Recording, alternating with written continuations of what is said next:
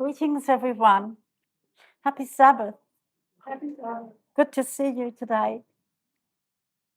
I have to say that before I begin, I have to tell you that what we learnt in our lesson today was pretty much the message I have to share with you is pretty much a flow on from what we studied. My favourite author had this to say: "We have nothing to fear for the future, except as we shall forget the way the Lord has led us and his teachings in our past history." So I'm going to share with you a little bit of my journey. I'm not going to share all of it because it's long. I'm only going to give you just a little bit. My spiritual journey began with my parents. My mother was searching and searching, and she searched everywhere. She looked into spiritualism, and she looked into other things, and looked into various religions. And then my father joined the Mormon church, and he enthusiastically encouraged her to join with him. And she went along, and she investigated, and she said that wasn't for her. She said, they don't use the Bible, they use the Book of Mormon. And she just couldn't, it just didn't gel with her. Anyway, that sparked her search for a church that taught truth. And she began, I remember her taking me to different churches. We'd go to one church for a few weeks, and then we'd go to the next church for a few weeks, and then so on. We visited every church in Mount Gambier, except the Catholic Church. And then one day, she'd just about given up on her search, and she was becoming a little bit discouraged. But one day she was walking home from the shops, because we lived on the very edge of the CBD of Mount Gambier, and so she could walk to and from the shops. And she was walking home past the council building, and this man stepped in front of her and gave her a flyer. And she looked at it and she said, "Oh, Bible prophecy. What does the Bible have to say about prophecy and the end of the world?" Well, that really sparked Mum's curiosity, and she came home really excited, and she said, "I'm going to go to these meetings, but it's too late at night. You have to stay home." So I stayed home with my dad, and every night she came home from meetings, she was more excited each time. She said, "These people really teach from the Bible. Everything they say comes from the Bible." And she was getting more and more excited, and my father was getting more and more uncomfortable. And until she made her decision for baptism. And when she was baptized, my dad was very much upset, very disappointed, because he saw his wife would never join the Mormon church. And around this time, my health was very bad. Every other week, I was sick with an asthma attack, and I ended up in hospital with pneumonia.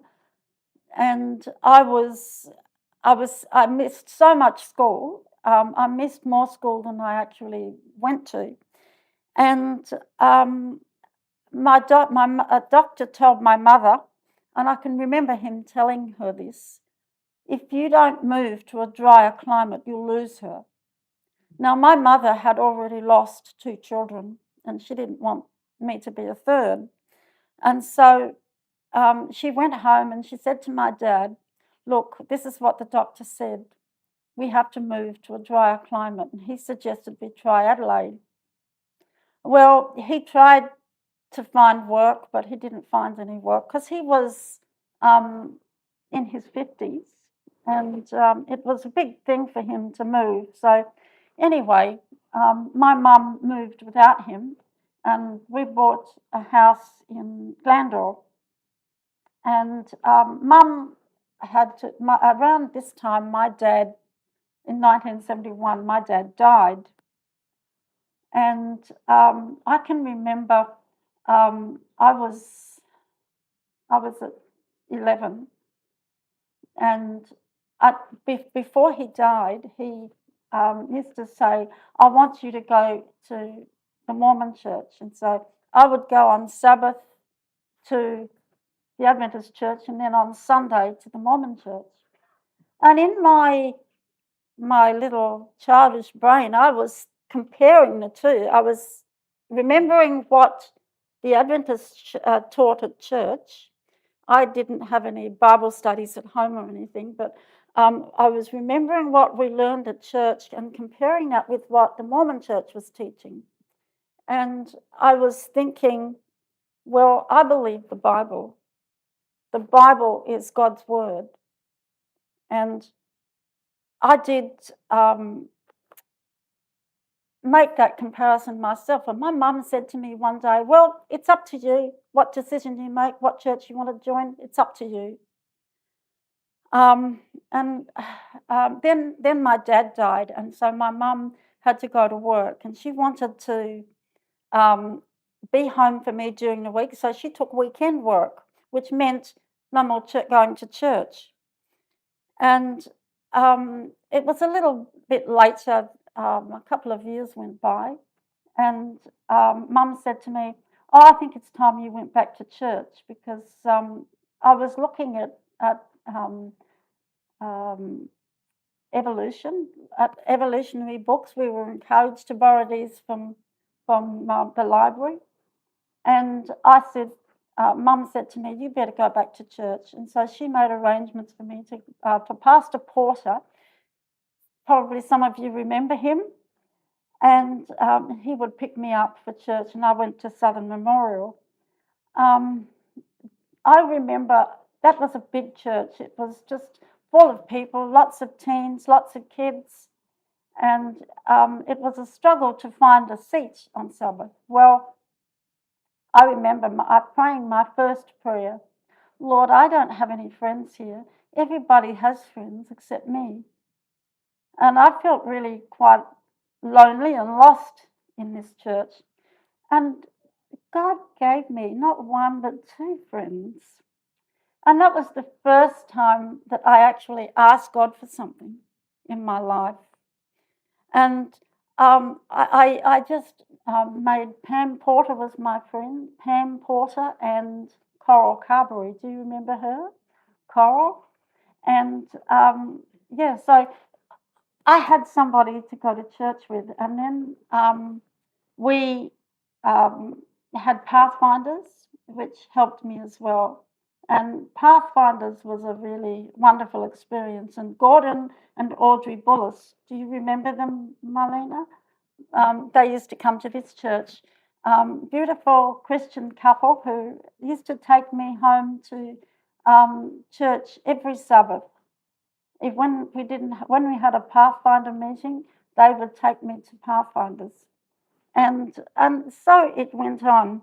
I remembered most Audrey's hospitality. At the end of primary school, we moved from our area from Glandore to Brooklyn Park, which is quite a distance away. And of course, I didn't know anyone in this new school either. And I found it, I was quite lonely. But then again, I prayed, and the Lord gave me friends that I wanted. But I was friends with the migrant school, the migrant girls. I was the only new child in the class, but the Australians didn't mix with the migrants. So I became friends with the migrants, and thus began my lifelong fascination with other cultures. And I loved going to their houses because they had all this wonderful food, and their hospitality was just amazing. So I grew up with Greeks, Italians, Germans, Indians, Croatians, and other nationalities. And this really cemented my love for other cultures. And I think a lot of people who don't know other cultures tend to be a little bit afraid of them or reticent. Anyway, at that time, a girl joined our class in midterm, and she didn't. She became friends with the popular girls in the class, but just as soon as she became friends with them, they dropped her like a hot coal. Anyway, I became friends with her, and she was a Christian, and she was inviting these girls to church, and of course they didn't want to go. And at that point in time, because we had moved from near Southern Memorial to Brooklyn Park, I had stopped going to Southern Memorial Church. So Jane invited me to come along to church with her, which I did. Now, her father was the pastor of the local Church of Christ. And I can remember with my very limited knowledge in Bible, struck up a conversation with the pastor and said, "Oh, but Sunday's not the Sabbath, Saturday is." And he quickly shut me down, and he said that the Sabbath was done away with. It was abolished long ago. We don't keep Sabbath, the Saturday.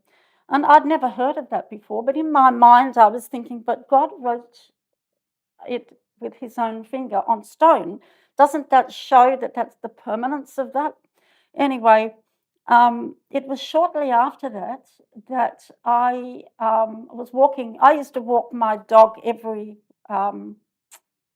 day after school, and I was walking along Henley Beach Road when my old pastor, Pastor Porter, was driving along, and he saw me and he pulled over. And he said, "Are you going to church?" And I said, "No." And he said, "Oh, well," he said, "would you like to go back?" And I said, "Yes." And he said, "It'll be good to go to City Church." And I said, "Yeah, okay. Well, I would. I'd like to go back to church." So then I began, I was being picked up and taken to Adelaide City Church. And it was shortly after that Jeff Yulden came to town. And he was running a big mission. I think it was 1977. Correct me if I'm wrong, Jan. About 1977, 78, Jeff Yulden ran big mission. It was right round Adelaide. And I was, of course, asked if I would like to be involved. And I said, I agreed. And we started ushering. And that it was there that I met Michael. And I decided for baptism. In the intervening years, we got married and had a family, and my good Bible study habits began to falter because of the busyness of life. And it was about that I had Siggy at that time, and then Dita came along up in Mount Barker, and my Bible study habits began to evaporate. And it was around this time that I had a dream, and the dream was so vivid, I felt like it was really happening, so that when I woke up, I felt like, why am I in bed? It was really vivid. Now, in my dream, I went on an excursion with Michael and all the youth from our church, and we were on a boat and we were sailing to this island just for a day visit. And I was lost in wonder at the nature, the beauty of the flowers and the animals, and I was just looking at everything. And finally, I realised that it started to get a bit cold and dark, and I went to the boat ramp to catch the boat, and I just saw the people were sailing away without me, and I was left behind, and I was in a panic, and I was like shouting and waving, but they couldn't hear me above the roar of the engine. And I woke up, and I felt I've been left behind. I've been left behind, and I was I felt like God was telling me that if I didn't sort my life out with Bible study, that I would be left behind. But as I was growing up, my mother would clearly state that she did not believe in the spirit of prophecy. She didn't believe that Ellen White was a messenger of God.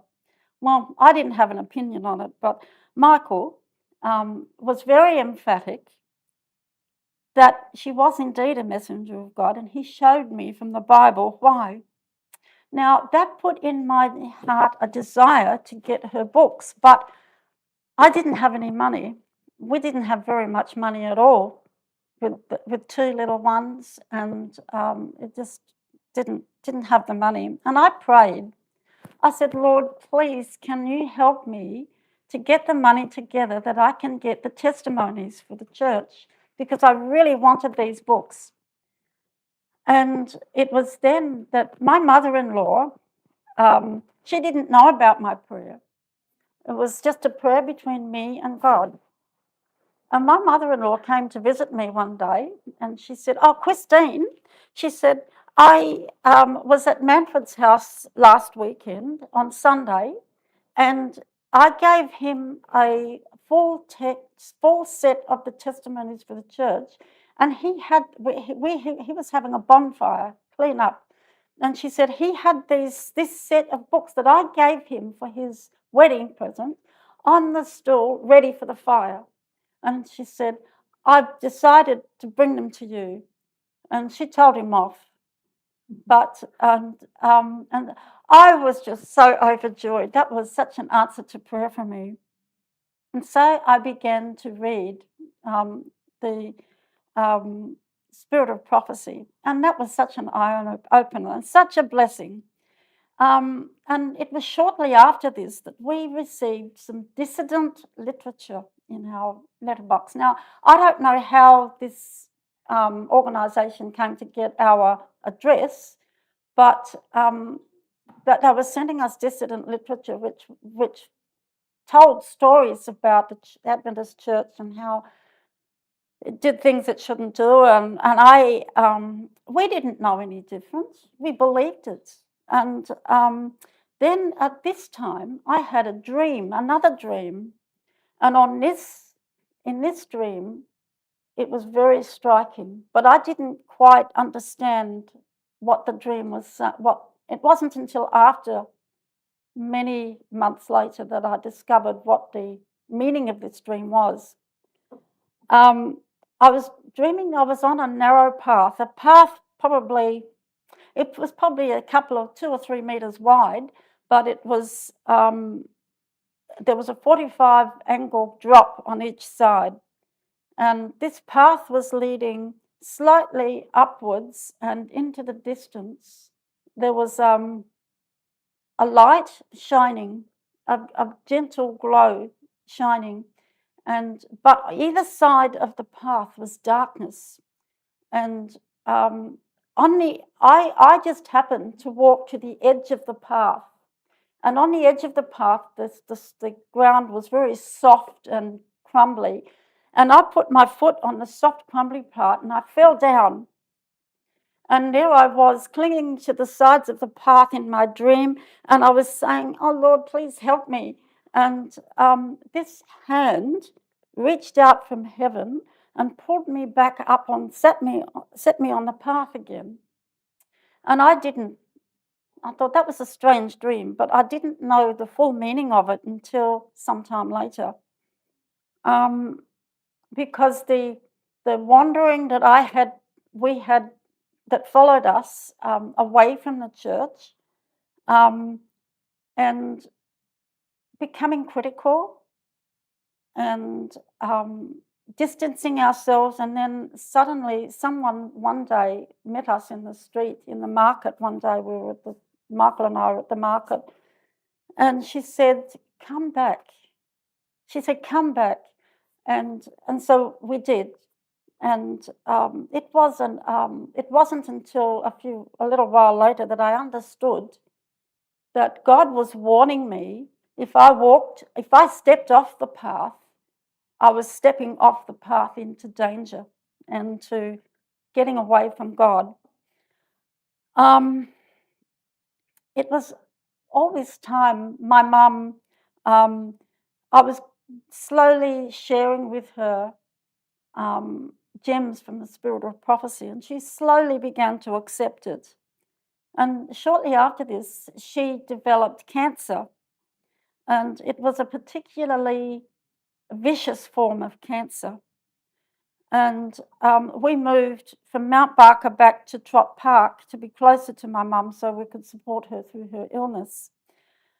Now, before she passed away, she had told me that she didn't want me to have my own home. She was going to, she and my auntie had bought a house together, and they'd split the house up so that it was basically two houses under one roof, two kitchens, two bathrooms, everything. And she said that she was going to leave it as a joint tenancy. Now, I don't know if any of you know what a joint tenancy is. That's where the property passes to the deceased estate, to the deceased's share to the surviving tenant. And it told me that I would never be able to move to the country because I was praying and praying and praying that the Lord would allow us to move to the country because Ellen White said we should move to the country. And so that's what I was putting before the Lord. And I remember I was crying tears, Lord, please, I don't want to stay in the city. Anyway, Mum passed away, and shortly after, the will was read, and the lawyer said, "This is the house has to be sold, and you get your share," because he said it's tenants in common, not joint tenancy. And that was just an amazing thing because Mum had told me she had made it joint tenancy, but for somehow the Lord worked a miracle and made it possible to be tenants in common. Now, just before Mum passed away, I was having my worship in the morning. I used to go and visit her every day when she was at the hospice, and I had this really, really strong impression that I should share with her what I had read.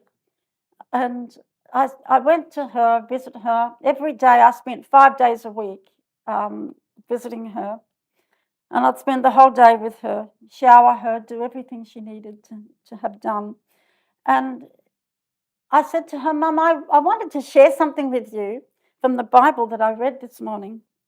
And I'm reading to you from 2 Timothy chapter 1 and verse 12. It says, "For this reason, I also suffer these things. Nevertheless, I'm not ashamed, for I know whom I have believed and am persuaded that he is able to keep that which I have committed to him until that day." And my mum said, "Can you read that again?" And I read it again, and she said, "That's an answer to prayer." And I said, "Why?" And she said, "Well, last night the pump broke down that was pumping a cocktail of drugs into me to kill the pain from the cancer." And she said, it broke down. She said, I couldn't deal with the pain. My mum was a very stoic person, and so for her to give in to pain was a big thing. And she said, so I told the doctor, and she said, and you can't change it. She said, I've already made the decision. The doctor is going to give me a massive dose of this morphine, and she said, it will give me a heart attack and I will die. And she said, but I was wondering, how do I stand before God? And just happening to read that text was an answer to her. And so I felt when she did pass away that the Lord was there comforting me. And so I felt really comforted by the Lord. And so I didn't grieve as others grieve because I felt confident that I would see her again. Now, shortly after that, we built our house in McLaren Vale, and I got to move out to the country, right on the very edge of McLaren Vale, where there were no houses around, and it was lovely, beautiful little village. And I developed migraine headaches at this time. There's terrible migraine headaches. They were so debilitating that I was in bed for 2 or 3 days, and sometimes more. And with young children, I had Andreas at that time, and he was a baby. And I thought, how do you cope with being in bed and looking after children? And the doctor had given me this pill, which took away the headaches. But I said to him, how long am I going to have to be on this? And he said, oh, for the rest of your life. And I thought, oh, goodness, I don't want that. So I said, Lord, please, can you show me what is causing these migraines? And at that time, I was given an article from the newspaper. Someone had cut out, and I had every symptom of these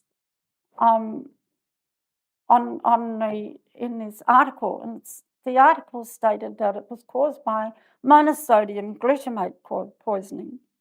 Now, monosodium glutamate is made from 3 natural ingredients, but they actually, according to the article, they stay in the brain and they accumulate in the brain, and that's what causes the headaches.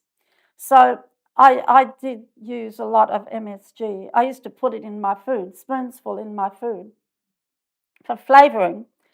And little by little, I just got rid of all the monosodium glutamate, and I made sure I didn't get any more in any degree of that additive. And this started me on a path that I was checking out the ingredients in all foods to make sure that I wasn't having anything unnatural. And it started me because I believe God had shown me what was causing my headaches. I never had any more headaches after I stopped the MSG. And so it's very unusual for me to get a headache now. And around that time, Michael was getting chest pains. Now, he's vegetarian, he doesn't drink, he doesn't smoke, he ticks all the right boxes. And he was getting chest pains. And I said, the doctor did all sorts of extensive testing, and he said, well, you're not a candidate for chest pains, but he did all the testing. And I said to him, I prayed about it again, and the Lord said, could it possibly be that he's got arthritis in his rib cage? So I said to him, ask your doctor if you've got arthritis in the rib cage. And the doctor, it's like a light went on he said, yes, you could be right, because Michael had fallen through the roof at one stage at work and had cracked his ribs on the way down. And so that was another answer to prayer. Now, we had sold our house because we'd started our own business. We sold our house and we moved in with my auntie. And that was a challenging time. There were times when I was bringing my boys up to follow the Lord, and she was trying to counteract that. And I was trying to quietly witness to her. And she said one day, she said to me, oh, I'm not going to church anymore. And I thought, oh, I said, Lord, did I do something wrong? Was I being hypocritical? And I prayed about it. And it was at that point I came out of the lounge room. I came out from the bedroom into the lounge room, and she said to me, you know, all my life I've done what other people wanted me to do, and it's time I did what I want to do now. And I thought, oh, thank you, Lord, for answering my prayer. So we decided that it was time that we should move south, move away from Auntie Lorna's. And she said, Michael wanted to move to Adelaide because he wanted to bring his business into Adelaide because he thought he would do better there. And the thought of moving to the city, my heart just sunk. And because I thought, yeah, okay, we go to City Church, but I didn't want to live in the city. And I said to the Lord, can you please show me where you want us to go? Do you want us to go to the city, or do you want us to move south? And this really happened. In my prayer, the answer came, move south. And I was like, oh, but how will we know and what house to take? And the answer came back, you'll know it when you see it. And I didn't tell Michael for 2 or 3 days because I thought, oh, he's not going to believe me. And then I told him. And I had a list of things that I needed in a house. It had to have, I had to be able to take my dog with me. It had to have a yard that was safe for my dog, and it had to have a workshop space, and so on. I had this list, and Michael rang the land agent. He said, yeah, okay, we'll move south. And he rang the land agent, and the land agent showed us a place. And it was right in the middle of a paddock, and it had no fencing, and the grass was up to the windows, and no kidding. And it was asbestos, and there was no lining there, and I thought, all this will do is keep us dry. And I said to Michael, if we take this house, I said, my son will die here, because it was just a haven for asthma and hay fever. And so we kept looking, and nothing came up. And Michael said, he rang the land agent back, and of course we're praying still. And the land agent said, yeah, there is another place, but I didn't think you'd be interested. But that was the house that had everything that we needed. It had a workshop, it had land around it, and even had space for chooks and fruit trees. And it had everything that we needed. And so we moved there. God was leading us little by little. And at that point, because we were running a business and we were moving and I was homeschooling, I felt that I was just going through the motions as a Christian. I was doing everything right, but I felt like I just didn't have that spirit anymore, and that fervent desire to reach out. And because I have a tendency to have too many irons in the fire and overdo things. And so anyway, I prayed. I said to the Lord, I just feel like I'm not right with the Lord. And I said, how do you get converted? And I wasn't expecting an answer, but he gave me the verses, Jeremiah 29, 11 to 13. And then he gave me,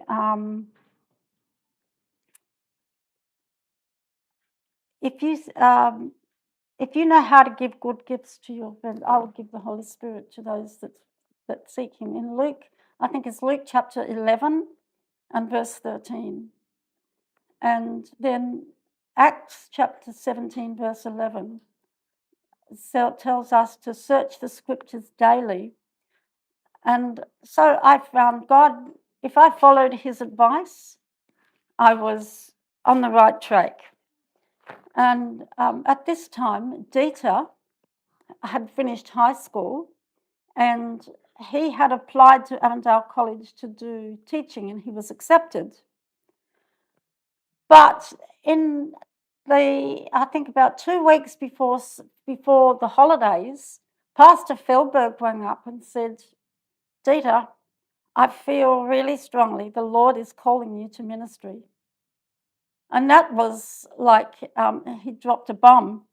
Dita fasted and prayed for 3 days. We had no money. And right at the end of the school year, when everyone was packing up for the holidays, the board of directors who determine the courses was about to close. We had about 5 days left before they went home at that point, and it was too late for him to change from his Bachelor of Education to ministry and theology. And of course, we didn't have the money for the deposit. But Dita felt, yes, I'll do this, but he also needed references. He needed the pastor's reference, and he was on holiday. And so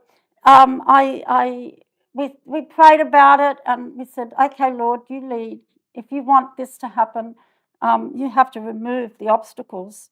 So the first obstacle was that the theology department decided, yes, we'll accept him, even though his TER wasn't quite high enough. And so we had to then get the pastor to sign off. Well, fortunately, he was a couple of days away from going away for the holidays, and so we went to his house and he signed the references. And so the theology course was, they agreed to take him.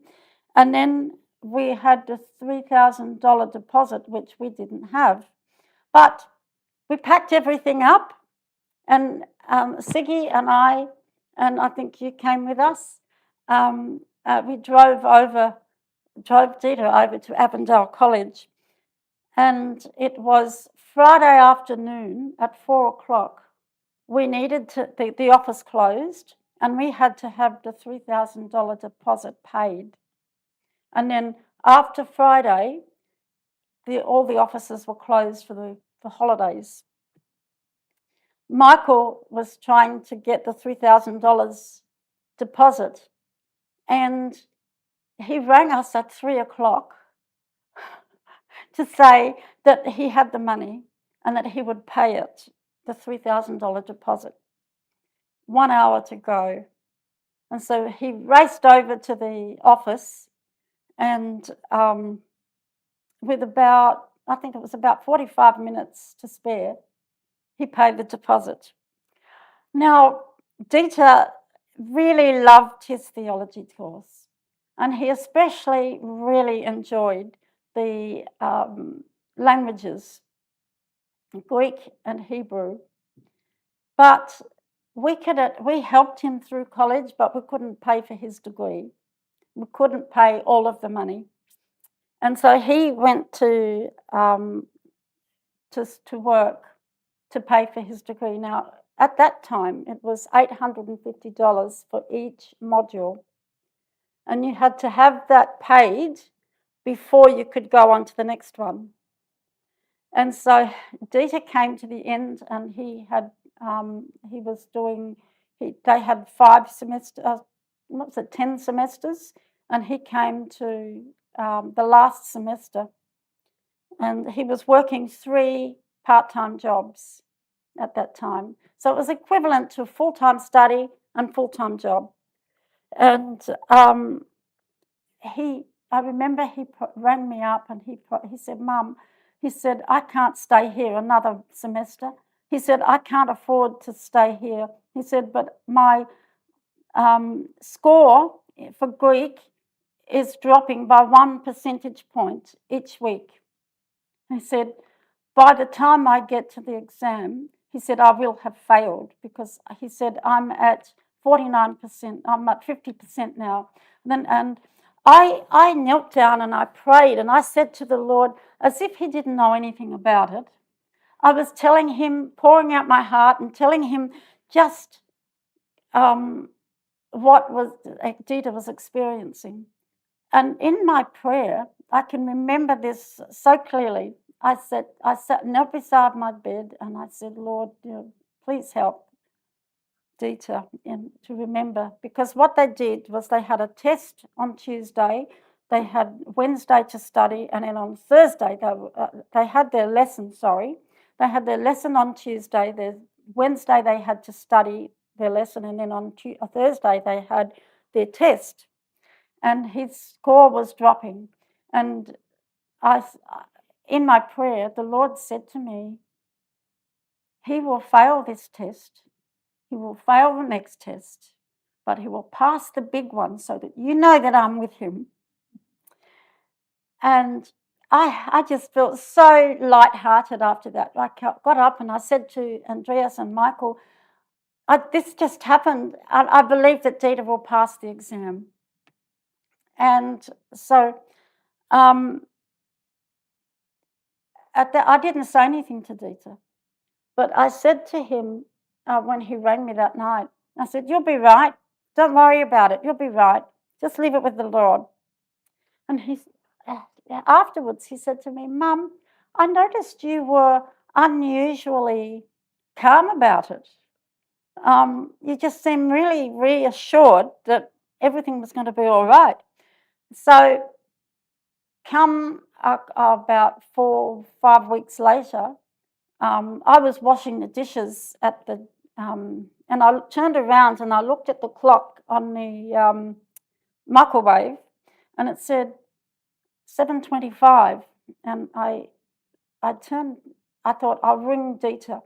So I put the dishes, I'd stopped washing the dishes and I rang Dita, and he said, Mum, I'm just standing before the board now, and the lecturers have just pasted the exam results.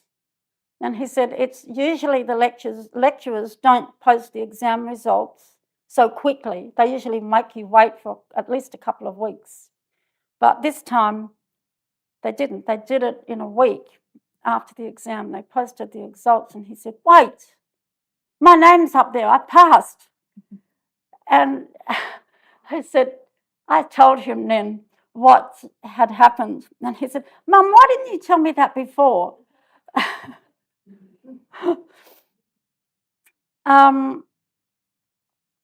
The Lord has led us so much.